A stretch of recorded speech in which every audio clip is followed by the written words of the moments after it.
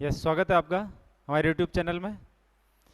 आज हम जो है बायोटेक्नोलॉजी है ना, बायोटेक्नोलॉजी यूनिट है उसका 15वां चैप्टर जेनेटिक इंजीनियरिंग है ना, 15 चैप्टर की जो बात करने जा रहे हैं पार्ट नंबर 2 की।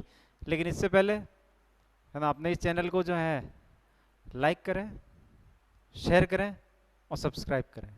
ठीक है, अब नेक्स्ट आगे बात करते हैं अपन जेनेटिक इंजीनियरिंग में रिकॉम्बिनेंट डीएनए टेक्नोलॉजी की बात कर रहे थे हम, है ना। रिकॉम्बिनेंट डीएनए टेक्नोलॉजी के कुछ प्रोसेस थे, कुछ स्टेप थे, उसका अपन डिस्कशन कर रहे थे, जिसमें से एक स्टेप अपना कंप्लीट हो चुका था।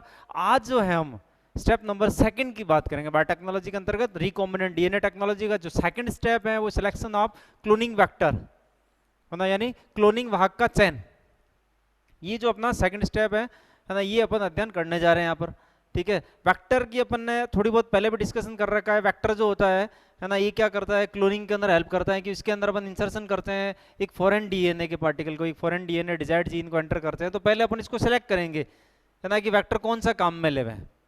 वो डिपेंड करता है साइज ऑफ डीएनए, वो डीएनए के साइज के ऊपर डिपेंड करता है। ठीक है, तो यहाँ पर क्या क्या होने चाहिए, एक जो क्लोनिंग वेक्टर होता है ना, उसमें क्या क्या जो है स्पेशल जो है कैरेक्टरिस्टिक्स होने चाहिए, उसके उसके क्या क्या फीचर्स होने चाहिए, वो यहाँ पर दिए हुए अपन है। तो पहला जो फीचर है, वो इंपॉर्टेंट जो फीचर होता है, वो होता है free to replicates in a host cell. Most important पहली पहली कंडीशन ध्यान रखना, वो क्या होना चाहिए, फ्री टू रिप्लिकेट होना चाहिए। अर्थात हिंदी में कहना चाहिए तो परपोषी कोशिका में स्वतंत्र रूप से पृथक्कृत हो, यानी फ्री टू रिप्लिकेट हो वो। अगर अपन एक होस्ट सेल में इसको एंटर करेंगे तो इजीली रिप्लिकेट कर सकता हो, इजीली जो है वो रिप्लिकेशन कर सकता हो। ये replication means formation of DNA to DNA is called replication. Next आगे second, easily enter in the host and isolate again. एक चीज और भी है, और वो ये कि जो वेक्टर है वो क्या होना चाहिए, परपोषी में आसानी से प्रवेश किया जा सकता हो और उसे वापस जो है पृथक्कृत भी किया जा सकता हो, अलग भी किया जा सकता हो। यानी एक होस्ट सेल के अंदर इजीली एंटर भी हो जाना चाहिए। ऐसा नहीं कि एक अपन ने वेक्टर को सिलेक्ट कर लिया, चलो है ना, लेकिन अब वो होस्ट में एंटर ही नहीं हो रहा है, तो वो वेक्टर किसी काम का नहीं रहेगा। ठीक है, तो इसीलिए वो इजीली क्या होना चाहिए, इंसर्ट भी होना चाहिए और वापस जो है वो दोबारा से जो है अलग भी इजीली किया जा सकता है। नेक्स्ट आगे हैव स्पेसिफिक रेस्ट्रिक्शन साइट, ध्यान रखना।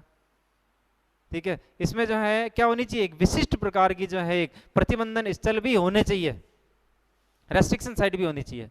फॉर आरईएन, मैंने यहाँ पर शॉर्ट में लिखा है आरईएन, रेस्ट्रिक्शन एंडोन्यूक्लियस एंजाइम। आरईएन मींस है ना रेस्ट्रिक्शन एंडोन्यूक्लियस एंजाइम। ठीक है, क्यों, क्योंकि रेस्ट्रिक्शन एंडोन्यूक्लियस एंजाइम क्या करता है, प्रतिबंधन स्थल से जो है कट करता है उसको, डीएनए को। प्लाज्मिड के अंदर उपस्थित जो डीएनए है यानी प्लाज्मिड जो है उसके रेस्ट्रिक्शन साइड से उसको कट करता है आरईएन यानी रेस्ट्रिक्शन एंडोन्यूक्लियस एंजाइम। ठीक है, तो इसके लिए जो है अपने पास में क्या होनी चाहिए, रेस्ट्रिक्शन साइट भी होनी चाहिए एक स्पेसिफिक टाइप की, है ना। और ऐसा क्यों, क्योंकि आरईएन क्या होता है, स्पेसिफिक होता है। आपको पता है रेस्ट्रिक्शन एंडोन्यूक्लियस एंजाइम एक स्पेसिफिक एंजाइम होता है जो स्पेसिफिक साइट से ही कट करता है डीएनए को। नेक्स्ट आगे आता है अगला स्टेप, सॉरी अगला पॉइंट अपना, simple and efficient way of conversion, यानी रूपांतरण जो है वो सरल प्रकार का और दक्ष प्रकार का, यानी सरल तथा दक्षतापूर्ण जो है इसके अंदर रूपांतरण हो। ठीक है, नेक्स्ट आगे आता है अपना marker site present that can be helpful to select transform cell, यानी चिन्हित स्थल उपस्थित हो। एक और अंडरलाइन करना है यहाँ पर, क्या उपस्थित होना चाहिए उसमें, मार्कर साइट उपस्थित होनी चाहिए, यानी चिन्हित जो है स्थल उसमें उपस्थित होने चाहिए, है ना, जो रूपांतरित कोशिकाओं के चयन में सहायक हो। नेक्स्ट आगे वेक्टर है regulatory components like promoter, operator etcetera. यानी कहने का मतलब इसके अलावा और क्या होने चाहिए वेक्टर के अंदर, रेगुलेटरी कंपोनेंट्स भी होने चाहिए। रेगुलेटरी कंपोनेंट्स मींस प्रोमोटर है, ऑपरेटर है, ऐसे कुछ जो रेगुलेटरी कंपोनेंट्स भी इसमें होने चाहिए। वाहक में प्रोमोटर, ऑपरेटर जैसे नियामक अवयव होने चाहिए। इसके अलावा है on ORI, full form of ORI is origin of replication, यानी अपना खुद का अपना स्वयं का क्या होना चाहिए, ORI होना चाहिए। और ORI किसको बोलते हैं अपन, ओरिजिन ऑफ रेप्लिकेशन, अर्थात जहां से रेप्लिकेशन शुरू होता है। एक प्लाज्मिड में जहां से रेप्लिकेशन स्टार्ट होगा उस स्थल को अपन क्या नाम देते हैं, ORI शॉर्ट में, है ना, ओरिजिन ऑफ रेप्लिकेशन कहते हैं उसको। तो अपना खुद का ORI भी होना चाहिए यहाँ पर। ठीक है, तो ये कैरेक्टरिस्टिक्स होने चाहिए एक वेक्टर के अंदर, तभी हम जो एक वेक्टर को सिलेक्ट करेंगे। यानी एक वेक्टर में ये सारे जो फीचर्स होने चाहिए तो वो एक अच्छा वेक्टर होगा। अगर इनमें से कुछ पॉइंट अगर उसमें वेक्टर में नहीं है तो वो ज्यादा यूजफुल नहीं होगा। ठीक है, तो जब भी अपन वेक्टर का सिलेक्शन करेंगे तो ये पॉइंट्स उसमें होने अनिवार्य हैं। ठीक है, अब नेक्स्ट वेक्टर जो होते हैं वो बहुत टाइप के होते हैं, अलग अलग टाइप के होते हैं, उसमें से 3 वेक्टर का अपन डिस्कशन यहाँ पर करेंगे अपने इस बुक के अंदर, अपने इस चैप्टर में। ठीक है, तो इसमें देखो the main vector used in this are, यहाँ पर यानी रिकॉम्बिनेंट डीएनए टेक्नोलॉजी के अंतर्गत जो मेनली जो यहाँ पर यूज में लिए जाते हैं वेक्टर वो कौन कौन से हैं, तो उसमें से पहला जो वेक्टर है अपना वो है प्लाज्मिड। प्लाज्मिड है ना, प्लाज्मिड क्या होता है, पहली बात एक्स्ट्रा डीएनए ऑफ बैक्टीरिया, यानी मेन डीएनए के साथ साथ में एक बैक्टीरिया के अंदर यानी मुख्य डीएनए के साथ साथ में एक अतिरिक्त डीएनए, एक एक्स्ट्रा डीएनए भी पाया जाता है। यानी उसका जो सर्कुलर डीएनए होता है बैक्टीरिया का, जो मेन डीएनए होता है, मेन क्रोमोसोम होता है, एक ही क्रोमोसोम होता है उसमें एक तरह से ना, और वही जो क्रोमोसोम होता है मेन, उसी के अलावा एक और अपन कह रहे हैं एक्स्ट्रा डीएनए प्रेजेंट होता है जो फ्री टू रिप्लिकेट होता है, यानी उसके मेन डीएनए के ऊपर डिपेंड नहीं रहता है। ऐसी स्ट्रक्चर क्या कहलाती है, प्लाज्मिड, एक बैक्टीरिया के अंदर पाया जाता है ना, प्लाज्मिड जो है वो बैक्टीरियल सेल में पाया जाता है ना, एक एक्स्ट्रा डीएनए है जिसको अपन यहाँ पर वेक्टर के रूप में काम में लेंगे रिकॉम्बिनेंट डीएनए टेक्नोलॉजी के अंदर।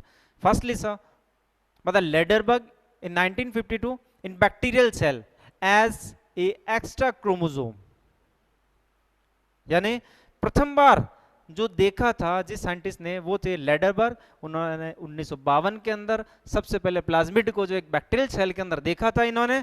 ठीक है, एक अतिरिक्त गुणसूत्र के रूप में लेडरबर्ग ने जो है सबसे पहले इसको देखा था, अंडरलाइन करना नाम। नेक्स्ट अब आगे देखो, the main feature of plasmid are, अभी अपन ने ऊपर जो डिस्कशन किया था वो किसका था, वो था एक वेक्टर के जो है मेन फीचर्स थे। अब बात करते हैं वेक्टर के, अपन एग्जांपल ले रहे हैं ना, तो अब आगे बात करते हैं प्लाज्मिड के क्या क्या फीचर्स होने चाहिए। तो उसमें से पहला जो है वो फाउंड इन बैक्टीरिया। पहली बात ये किसमें पाया जाता है, अपने को पता ही अभी अपन ने कहा बैक्टीरिया में पाया जाता है। अपार्ट ऑफ क्रोमोसोम यानी जीवाणु में पाया जाता है गुणसूत्र के भाग के रूप में, है ना, ये पहली कंडीशन हो गई। ऑलवेज जो है प्लाज्मिड कहाँ पाया जाएगा, एक बैक्टीरियल सेल के अंदर, एक बैक्टीरिया में पाया जाएगा, एक जीवाणु के अंदर पाया जाएगा। इसके अलावा circular double helical spiral molecule, यह जो होता है क्या क्या हो सकता है, यह वृत्ताकार हो सकता है, सर्कुलर हो सकता है ना, द्विरज्जु की डबल हेलिकल हो सकता है, सर्पिलाकार स्पाइरल मॉलिक्यूल हो सकता है। ठीक है, नेक्स्ट फ्री टू रिप्लिकेट, अभी अपन ने कही था फ्री टू रिप्लिकेट होना चाहिए, है ना, पुनरावृत्ति के लिए स्वतंत्र होना चाहिए। इसके अलावा पॉजेस रेस्ट्रिक्शन साइट्स, इसके अलावा इसमें और क्या होनी चाहिए, इसमें कुछ जो है रेस्ट्रिक्शन साइट भी होनी चाहिए, अभी जस्ट बात की थी, eight which desired gene can be insert, है ना। और ये जो यहाँ पर अपन क्या करेंगे, इस रेस्ट्रिक्शन साइट में अपन क्या करते हैं, पहली बात काटते हैं किससे हैं, रेस्ट्रिक्शन एंडोन्यूक्लियस एंजाइम से। और क्यों काटते हैं, ताकि अपन फॉरेन डीएनए या अदर जो है पार्टिकल है डीएनए का उसमें ऐड कर सके, इंसर्ट कर सके, उसमें विशेष प्रतिबंधन स्थल पाए जाते हैं जिस वांछित जीन का निवेश किया जा सकता हो। दे पोजेस मार्कर साइट, इसके अलावा देखो इसमें क्या क्या होने चाहिए, फ्री टू रेप्लिकेट हो गया, रेस्ट्रिक्शन साइट हो गई, मार्कर साइट होनी चाहिए यानी इसमें चिन्हित स्थल उपस्थित होने चाहिए। इसके अलावा प्लाज्मिड में पॉजेस जीन्स फ्रॉम 3 to 3000, ध्यान रखना किलो बेस कहते हैं वैसे इसको आगे, यानी 3 से 3000 किलो बेस के जीन जो है इसमें इंसर्ट किए जा सकते हैं, इसमें पाए जाते हैं। वैसे देखो प्लाज्मिड में 3 से 3000 जीन हो सकती है ना। तो ये था अपने प्लाज्मिड के बारे में, प्लाज्मिड के मेन फीचर्स थे।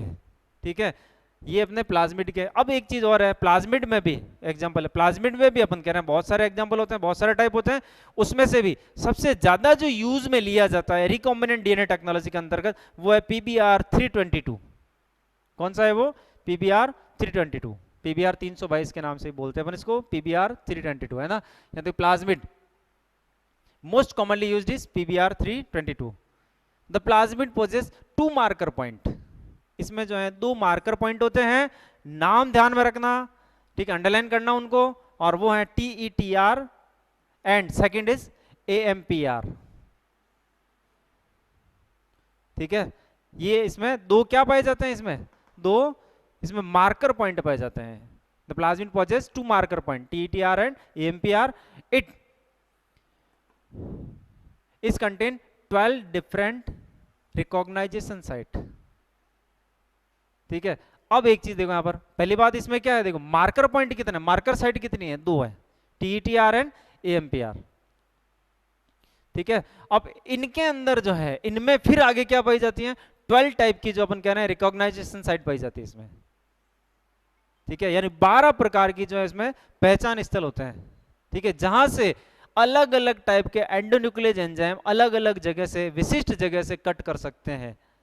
ठीक है, यानी RER के लिए यहां पर क्या पाया जाता है, 12 different recognition sites for restriction enzyme, linear DNA is inserted between TETR and AMPR। यहाँ पर लीनियर डीएनए भी कह सकते हैं आप इसको, और इसको फॉरेन डीएनए भी कह सकते हैं अपन, या एलियन डीएनए भी कह सकते हैं, यानी बाहर से आने वाले कोई भी डीएनए फ्रेगमेंट जो हो सकता है ना, उसको अपन जो यहाँ पर किसके बीच में, ऑलवेज किसके बीच में ऐड करेंगे, TETR एंड AMPR के बीच में ही जोड़ेंगे।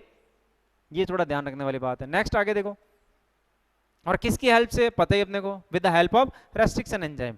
प्लाज्मिड में 2 चिन्हित स्थल पाए जाते हैं हिंदी मीडियम के लिए, थोड़ा ध्यान देना, और जिसमें रेस्ट्रिक्शन एंजाइम के 12 भिन्न पहचान स्थल होते हैं, और विजातीय डीएनए को TETR और AMPR के मध्य रेस्ट्रिक्शन एंजाइम की सहायता से जोड़ सकते हैं। नोट डाउन करना है इसको, अलग अलग लैंग्वेज आपके दोनों मीडियम के लिए है। नेक्स्ट आगे, ये एक जो है अपने पास में PBR 322 का एक स्ट्रक्चर अपन ने यहाँ पर दिया है, एक डायग्राम दिया है, इसको अपन यहाँ पर देखते हैं। तो देखो इसमें क्या क्या है, देखो इसमें पहली बात एम्पिसिलिन रेस्टेंट है ना, रेस्टेंट साइट है।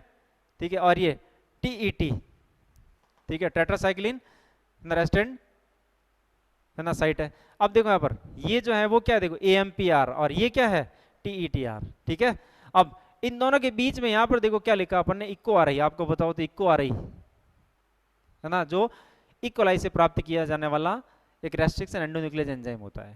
ठीक है, यहां पर अपने को जोड़ना है, मतलब ऑलवेज जब भी कोई फॉरेन डीएनए अपन जोड़ेंगे तो ऑलवेज किसके बीच में जोड़ेंगे अपन, AMPR और TETR के मध्य में जोड़ेंगे। ऑलवेज यहां पर अपन जोड़ेंगे एक यानी फॉरेन डीएनए को, एलन डीएनए को।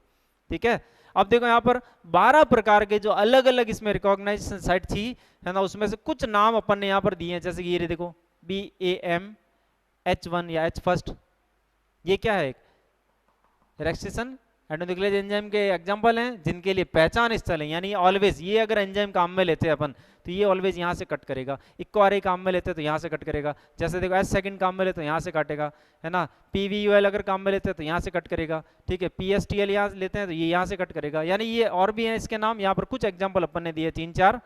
ठीक है, इसके अलावा 12 प्रकार की साइट होती है वैसे। ठीक है, तो यहाँ पर देखो क्या क्या प्रेजेंट है, फिर मैं आपको एक बार कह रहा हूँ, यहाँ पर क्या देखो मार्कर साइट कहते हैं इसको, फिर कह रहा हूँ ये मार्कर साइट है, कौन सी, एम्पिसिलिन रेस्टेंट, और ये कौन सी, टेट्रासाइक्लिन रेस्टेंट जो है मार्कर साइट है। ये दोनों मार्कर साइट है, और इन मार्कर साइट में क्या प्रेजेंट होती है, अभी अपन ने कहा था 12 रिकॉग्नाइजेशन साइट होती है। अब इसके अलावा और क्या होता है एक प्लाज्मिड में, अभी लास्ट अपन ने डिस्कशन किया था तो वो था ऑरिजिन ऑफ रेप्लिकेशन, ORI। अगर अपन कह रहे हैं इसके अंदर कोई फॉरेन डीएनए अगर जोड़ देते हैं, ठीक है, तो ऑलवेज रिप्लिकेशन जो स्टार्ट होगा वो ऑलवेज कहां से होगा, ओरिजिन ऑफ रिप्लिकेशन से। और अभी अपन ने कहा था रिप्लिकेशन मींस क्या हो गया, formation of DNA to DNA, यानी एक नया जब प्लाज्मिड बनेगा, इसकी जब एक कॉपी तैयार होगी, एक दूसरा जब प्लाज्मिड बनेगा, तो शुरुआत हमेशा कहां से होगी, शुरुआत जो होती है ऑलवेज ORI से होती है, ओरिजिन ऑफ रिप्लिकेशन से होती है। नेक्स्ट आगे, अब देखो एक चीज, इसी को अपन जो है आगे मतलब ये प्रोसेस कैसे काम करता है उसको अपन यहाँ पर शॉर्ट में जो है मेंशन करें, इसको लिखना आप लोग, नोट करना। For the insertion of desired gene in the plasmid, it is eliminated by cutting the restriction enzyme first. सबसे पहले अपन क्या करेंगे, सबसे पहले रेस्ट्रिक्शन एंजाइम के द्वारा अपन एक प्लाज्मिड को क्या करेंगे, कट करेंगे। और कट करने की वजह से, पहले कैसा था वो सर्कुलर था, जैसे कट किया क्या हो गया, वो लीनियर हो गया, भाई बीच में से कट लग गया ना। रेस्ट्रिक्शन एंजाइम जो आप काम में ले रहे हो उस अकॉर्डिंग स्पेसिफिक साइट से काटेगा। एक मेरा क्वेश्चन है आप लोगों से, अगर यहाँ पर इक्को RI लेते हैं तो ऑलवेज वो कहां से काटेगा, कमेंट बॉक्स में आके मुझे आंसर रिप्लाई करना, आप बता रखा मैंने पहले। ठीक है, अब नेक्स्ट आगे देखो, अब नेक्स्ट आगे था इसमें, after which the desired long DNA segment approximately 5 to 10 kb, underline करना, मोस्ट इंपॉर्टेंट है, पूछा जाता है कई बार, है ना, यानी कितना बड़ा जो है डीएनए इसमें अपन इंसर्ट कर सकते हैं, तो ध्यान रखना 5 to 10, इसको केबी को क्या बोलते हैं अपन, किलो बेस, है ना, 5 to 10 kb ये इसकी साइज है जो फॉरेन डीएनए अपन इंसर्ट कर सकते हैं इसमें, 5 to 10 kb के बीच में होना चाहिए। एक प्लाज्मिड के अंदर जो आप इंसर्ट कर रहे हो, ठीक है, 5 to 10 kb length is added between the two ends, है ना, यानी दो जो एंड होते हैं उनके बीच में जोड़ा जा सकता है 5 to 10 kb अप्रोक्सीमेटली जो साइज है इसकी, यानी इतना बड़ा जो डीएनए सेगमेंट है वो इसमें जोड़ा जा सकता है ना। और किस किस बीच में, प्लाज्मिड एंड लीनियर डीएनए के बीच में अपन इसको जोड़ सकते हैं लाइगेज एंजाइम की हेल्प से, ठीक है। इसी को अपन यहाँ पर डायग्राम से एक्सप्लेन करते हैं, देखो कैसे होता है, ये कैसे मतलब कार्य करता है, यानी ये प्रोसेस क्या है उसको अपन डायग्राम से देखते हैं एक बार, ठीक है। सपोज मान लो अपने पास में देखो ये रहा एक प्लाज्मिड, ठीक है, प्लाज्मिड। वैसे प्लाज्मिड किससे प्राप्त किया जाता है, कहाँ पाया जाता है, अभी अपन ने कहा था बैक्टीरियल सेल के अंदर एक्स्ट्रा क्रोमोसोम के रूप में, ठीक है। और एक बैक्टीरिया से बाहर निकालने के लिए भी अपन एंजाइम काम में लेते हैं, वो पीछे अपन ने डिस्कशन किया था टूल्स के अंदर, है ना। तो यहाँ पर जो एंजाइम काम में आएगा कौन सा आएगा, लाइसोजाइम, ठीक है। लाइसोजाइम की हेल्प से अपन ने क्या कर दिया, एक बैक्टीरिया से प्लाज्मिड को सेपरेट कर दिया, अलग कर दिया, आइसोलेट कर दिया, ठीक है। अब क्या करेंगे, इसको कट करेंगे, और किसकी हेल्प से, रेस्ट्रिक्शन एंडोन्यूक्लियस एंजाइम की हेल्प से, शॉर्ट में लिखा मैंने आरईएन, रेस्ट्रिक्शन एंडोन्यूक्लियस एंजाइम की हेल्प से एक स्पेसिफिक साइड से अपन ने कट कर लिया। जैसे ये रहा, देखो कट लग गया इसमें, यहाँ इस जगह पहले पूरा क्या था, सर्कुलर था, कट लग गया, खुल गया बीच में से, ठीक है। अब सेकंड अपन इधर क्या ले रहे हैं, सेकंड आगे जो ले रहे हैं वो ले रहे हैं फॉरेन डीएनए, ठीक है। अब फॉरेन डीएनए ये जो है ये भी अपन ने किससे लिया है, किसी अदर ऑर्गेनिज्म से लिया है, तो जो सेल है उसको भी डाइजेस्ट करना पड़ेगा। डाइजेस्ट करने के लिए यहाँ पर भी अपन क्या लेंगे, लाइसोजाइम लेंगे। लाइसोजाइम से अपन ने उस सेल को तो डाइजेस्ट कर लिया, लेकिन बचा दिया अपन ने किसको, डीएनए को, ठीक है। अब डीएनए को फिर अपन क्या करेंगे, यहाँ से कट करेंगे, किससे, रेस्ट्रिक्शन एंडोन्यूक्लियस एंजाइम से, और इसको एक फ्रेगमेंट्स में डिवाइड कर लेंगे। एक बड़ा जो डीएनए था वो छोटे छोटे फ्रेगमेंट्स में डिवाइड हो जाएगा, किसकी वजह से, रेस्ट्रिक्शन एंडोन्यूक्लियस एंजाइम के कारण, ठीक है। एक बड़ा जो डीएनए था छोटे छोटे टुकड़ों में डिवाइड हो गया, डीएनए फ्रेगमेंट्स में। अब इसमें से अपन क्या करेंगे, जिस जीन की अपने को क्लोनिंग करनी है उसका सिलेक्शन करना है। सपोज मान लो कि अपन ने यहाँ पर सिलेक्ट कर लिया, ये कोई जीन है, इसको अपन ने सिलेक्ट कर लिया कि इसका जो अपने को क्या करना है, क्लोनिंग करनी है, मल्टीपल कॉपीज तैयार करनी है। तो ये अपना क्या कहलाएगा, अब डिजायर्ड जीन, वांछित जीन हो गया अपना।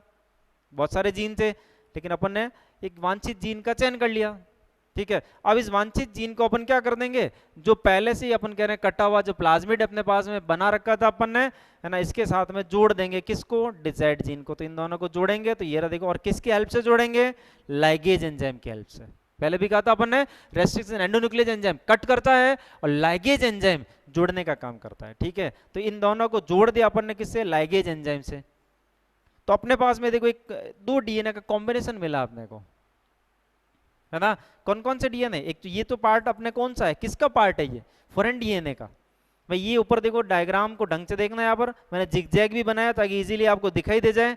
और यहाँ पे डायग्राम जो बनाया मैंने अलग अलग कलर की चौक से बनाया, थोड़ा ध्यान देना, है ना। यहाँ पर देखो आपको दिख रहा होगा छोटा सा एक फ्रेगमेंट जो अपन ने बाहर से जोड़ा है, फॉरेन डीएनए, और ये पूरा क्या है, प्लाज्मिड। तो ये दो अलग अलग डीएनए का कॉम्बिनेशन है, ठीक है। तो इसको अपन क्या नाम देते हैं, रिकॉम्बिनेंट डीएनए, है ना। क्या नाम देंगे अपन इसको, रिकॉम्बिनेंट डीएनए, यानी यही अपना क्या कहलाएगा, रिकॉम्बिनेंट डीएनए, ठीक है। अब अपन इसको क्या करेंगे, एक होस्ट के अंदर एंटर करेंगे, इंसर्ट करेंगे, और फिर आगे क्या करेंगे, अगले प्रोसेस नेक्स्ट डिस्कशन करते हैं। हाँ लेकिन है ना, यहाँ पर एक चीज और है, लास्ट जो पॉइंट एक बच गया है इसमें, और वो ये है ना कि नोट डाल के आप जो अपनी कॉपी के अंदर, अपने नोट्स के अंदर मेंशन करना, वो ये कि प्लाज्मिड और एपिसोम, आपको कंफ्यूज कर सकते हैं, दो शब्द हैं, है ना। कई बार जो है एपिसोम के बारे में पूछ लिया जाता है कि एपिसोम क्या होता है, तो बच्चे कंफ्यूज हो जाते हैं ना। तो क्या करना, आप इन दोनों में डिफरेंस क्या है, मेनली क्या डिफरेंस होता है, वो थोड़ा एक बार नोट करना। आप ध्यान देना, यहाँ पर plasmid independently replicates in bacterial cell is called plasmid, यानी प्लाज्मिड किसको कहते हैं अपन, यानी जो स्वतंत्र रूप से, है ना, एक बैक्टीरियल सेल के अंदर, जीवाणु कोशिका के अंदर प्रतिकृति कर सकता हो, प्रतिकृतिकरण कर सकता हो, उसको क्या नाम देते हैं अपन, प्लाज्मिड। प्लाज्मिड मींस ये क्या होता है, मेन डीएनए के ऊपर डिपेंड नहीं होता है रेप्लिकेशन के लिए। अभी अपन ने लास्ट डिस्कशन किया था, डिटेल में पढ़ा भी इसको, ठीक है। ऐसे ही एक शब्द और आता है, वो आता है एपिसोम। और एपिसोम क्या होता है, replicates along with the bacterial chromosome. ये मेनली डिफरेंस है, यानी ये अलग अलग नहीं है, कहने का मतलब ये फ्री टू रेप्लिकेट अगर कर रहा है ना, तो क्या नाम होगा इसका, प्लाज्मिड। और अगर ये रेप्लिकेशन के लिए डिपेंड है बैक्टीरियल क्रोमोसोम के ऊपर, यानी मेन डीएनए के ऊपर अगर डिपेंड है, तो क्या कहलाएगा, एपिसोम, तब उसको एपिसोम कहते हैं अपन, है ना। तो कंफ्यूज नहीं होना, इसको डायग्राम से देखो बताऊं मैं आपको। यहाँ पर जैसे ये रहा, देखो आपके सामने एक बैक्टीरियल सेल है, ठीक है, और बैक्टीरियल सेल के अंदर यहाँ क्या प्रेजेंट है, देखो ये इसका मेन डीएनए, मेन क्रोमोसोम भी बोल सकते हैं, इसमें एक ही क्रोमोसोम होता है, सर्कुलर क्रोमोसोम, सर्कुलर डीएनए, ठीक है। तो ये तो हो गया इसका मेन क्रोमोसोम या मेन डीएनए, ठीक है। इसी के साथ में देखो एक और एक्स्ट्रा डीएनए प्रेजेंट है, ये रहा, है ना, ये जिसको अपन क्या नाम देते हैं, प्लाज्मिड। ये है वो प्लाज्मिड जो अभी अपन ने डिस्कशन किया है ना। तो ये है प्लाज्मिड, यानी ये फ्री टू रिप्लिकेट है, ठीक है। ऐसी इस वाले डायग्राम में अगर आप ध्यान दें यहाँ पर, तो ये रहा देखो मेन जो इसका डीएनए है, लेकिन यहाँ पर इसके साथ में जुड़ा हुआ है, डिपेंड है, एक्स्ट्रा क्रोमोसोम तो है लेकिन वो डिपेंड है, रेप्लिकेशन के लिए डिपेंड है, किसके ऊपर, मेन क्रोमोसोम के ऊपर। तब नाम क्या हो जाएगा इसका, एपिसोम, यानी इसको एपिसोम के नाम से जानेंगे अपन। अगर ये जुड़ा हुआ है तो एपिसोम, और अगर वो फ्री टू रिप्लिकेट है तो प्लाज्मिड कहलाएगा। क्लियर, ठीक मनीष जी, यस। तो नेक्स्ट आगे हम जो है प्लाज्मिड के बाद में बैक्टीरियोफेज, जीवाणुभोजी की बात करते हैं। दूसरा जो वाहक अपना, एक वाहक अपन पहले स्टडी कर चुके हैं प्लाज्मिड। नेक्स्ट आगे सेकंड जो वाहक है, सेकंड जो वेक्टर है वो अपना है बैक्टीरियोफेज, जीवाणुभोजी, है ना। जीवाणुभोजी जो है होता क्या है, बैक्टीरियोफेज जो है वास्तव में होता क्या है, वास्तव में ये एक टाइप का जो है वायरस होता है, ध्यान रखना, कंफ्यूज मत होना इसके नाम से।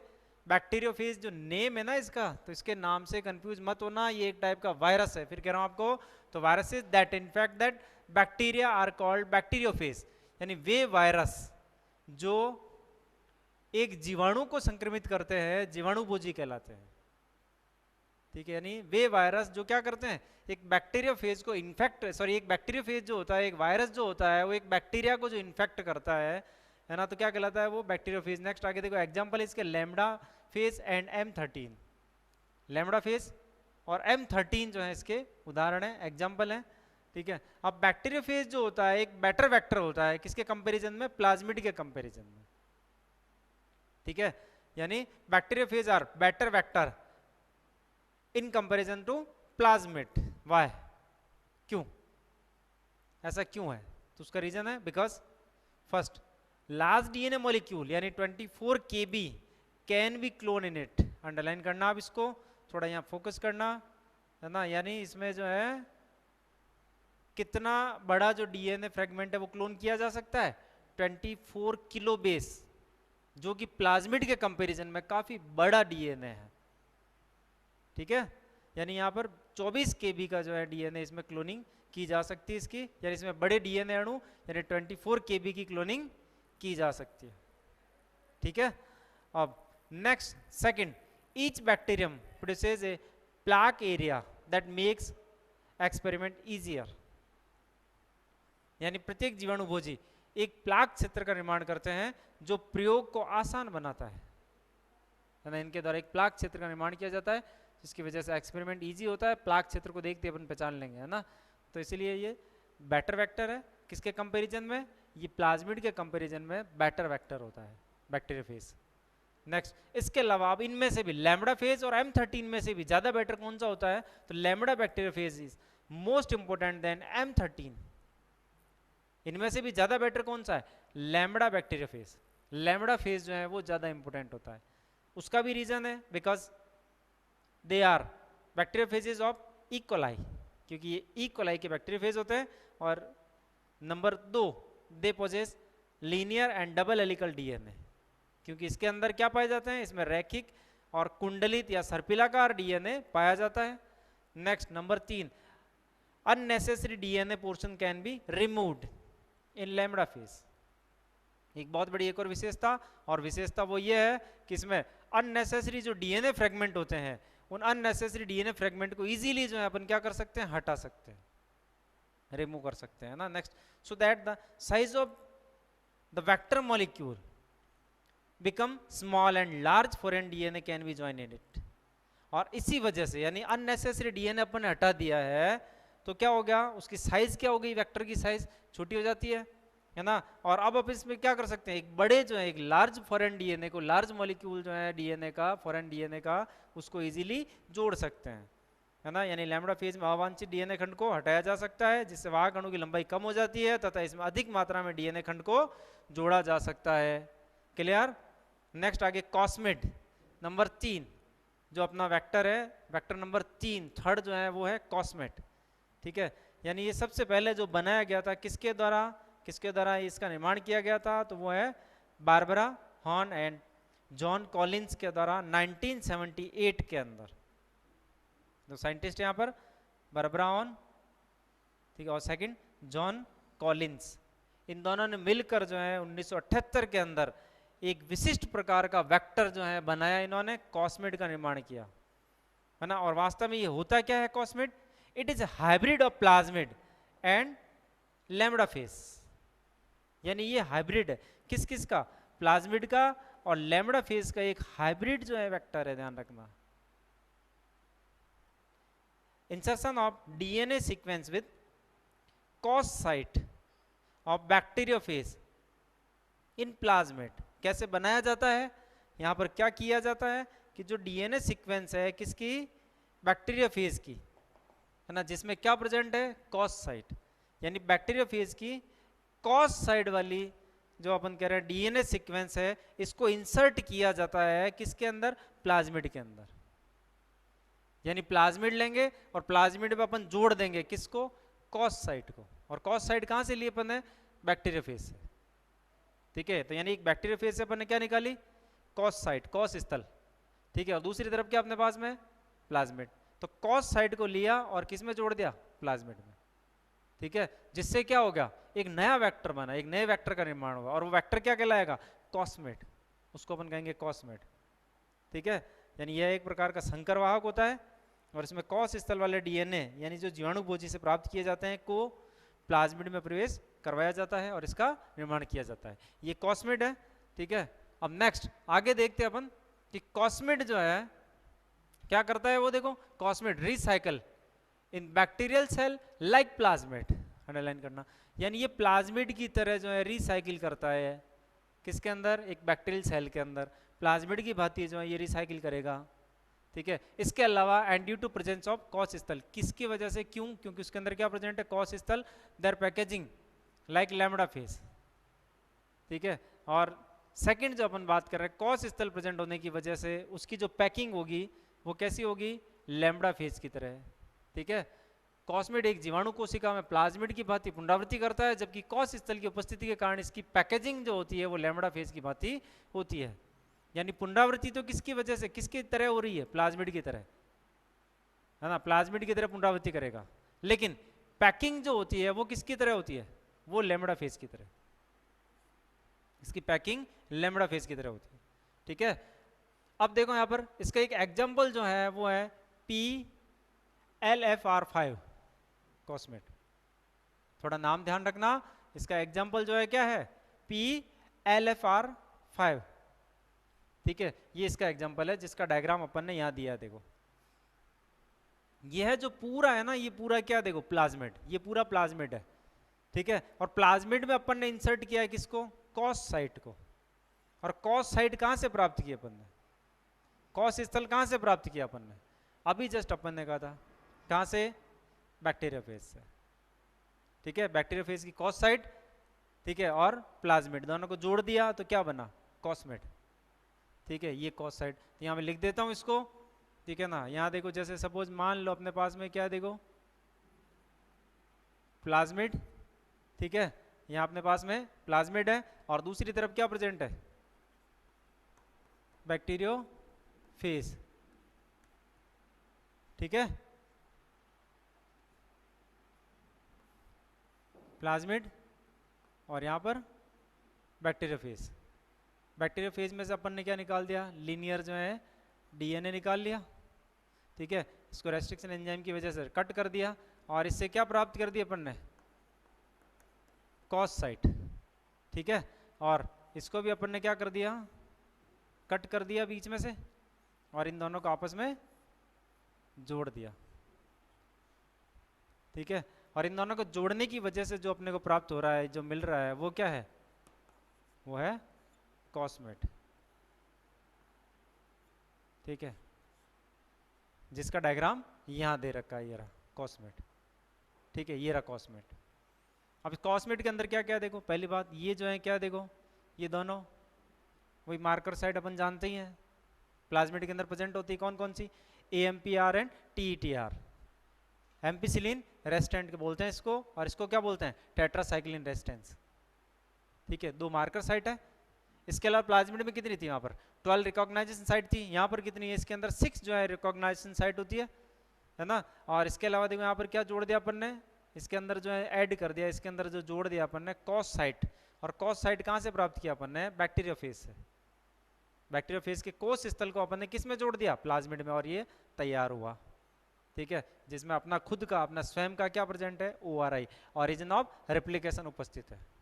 ठीक है, इसके अलावा कुछ अदर वेक्टर भी हैं जो रिकॉम्बिनेंट DNA टेक्नोलॉजी में यूज में लिए जाते हैं, काम में लिए जाते हैं। वो कौन कौन से हैं? फेसमेट, इसके अलावा शटल वेक्टर, इसके अलावा ट्रांसपोजोन्स। ठीक है, थोड़ा नोट करके आप नोट डालना कॉपी के अंदर, इसको थोड़ा नोट करना है ना। वो है transposons are also called jumping gene.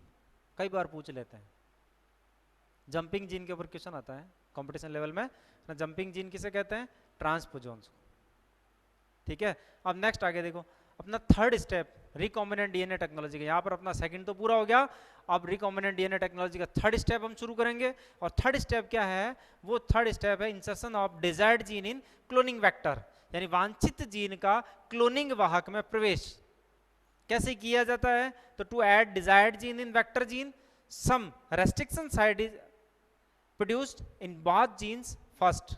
सबसे पहले अपने को क्या करना पड़ेगा? यहाँ पर जो है अपने को पहले रेस्ट्रिक्शन साइट का निर्माण करना पड़ेगा, यानी रेस्ट्रिक्शन एंजाइम की वजह से रिएक्शन करवाएंगे ये रेस्ट्रिक्शन एंजाइम से, और अपन क्या प्राप्त करेंगे? रेस्ट्रिक्शन साइट प्राप्त करेंगे दोनों ही जीन के ऊपर। ठीक है, in both gene first and then both are added, और फिर बाद में इन दोनों जीन को आपस में क्या कर लिया जाता है? जोड़ दिया जाता है। किससे? लाइगेज एंजाइम से। इसीलिए प्रोसेस क्या कहलाता है? जोड़ना क्या कहलाता है? लाइगेशन। ठीक है, नेक्स्ट आगे देखो, इट इज कॉल्ड लाइगेशन। ठीक है, यानी वांछित जीन को वाहक में जोड़ने के लिए दोनों जीनों के मध्य प्रतिबंधन स्थल बनाए जाते हैं और जिन्हें आपस में जोड़ दिया जाता है। किसकी वजह से? लाइगेज एंजाइम के कारण। इसीलिए प्रोसेस क्या कहलाता है? लाइगेशन। ठीक है, यानी एक बार फिर वापस बता दूं मैं आपको, यहाँ पर करना क्या आपको इस थर्ड स्टेप के अंदर? सबसे पहले अपन कह रहे हैं वांछित जीन को जो है क्लोनिंग वाहक में कैसे प्रवेश करवाएंगे। ठीक है, तो वो मैं एक बार फिर आपको डायग्राम से बता दूं, वैसे पीछे मैंने अभी जस्ट बताया है आपको। देखो यहाँ पर क्या किया जाता है, जैसे ये रहा, देखो आपके सामने सेम यही प्रोसेस रखना अपने को। ठीक है, बस यहाँ पर करना क्या है? बैक्टीरिया फेज के बजाय क्या कर देंगे अपन? यहाँ पर DNA लिख दो बस आप, और कुछ नहीं। ठीक है, यही प्रोसेस है जो पीछे भी आया था, उसको रिपीट करना आपको। यानी प्लाज्मिड लेंगे अपन, और दूसरी तरफ क्या ले लेंगे अपन? DNA। ठीक है, और DNA को क्या कर देंगे अपन? स्मॉल फ्रेगमेंट में डिवाइड कर लेंगे। ठीक है, और जो स्मॉल फ्रेगमेंट है उसमें से अपन सिलेक्ट कर लेंगे किसको? डिजायर्ड जीन को, और दोनों को जोड़ देंगे। ये हो गया इंसर्शन। ठीक है, तो ये जोड़ना तोड़ना किसकी वजह से हो रहा है? यहाँ तोड़ा जा रहा है किसकी वजह से? रेस्ट्रिक्शन एंडोन्यूक्लियस के कारण, है ना। और वापस जोड़ना किसकी वजह से हो रहा है? किसकी वजह से जोड़ा जा रहा है? लाइगेज एंजाइम के कारण। बस ये इतना सा है और कुछ नहीं है।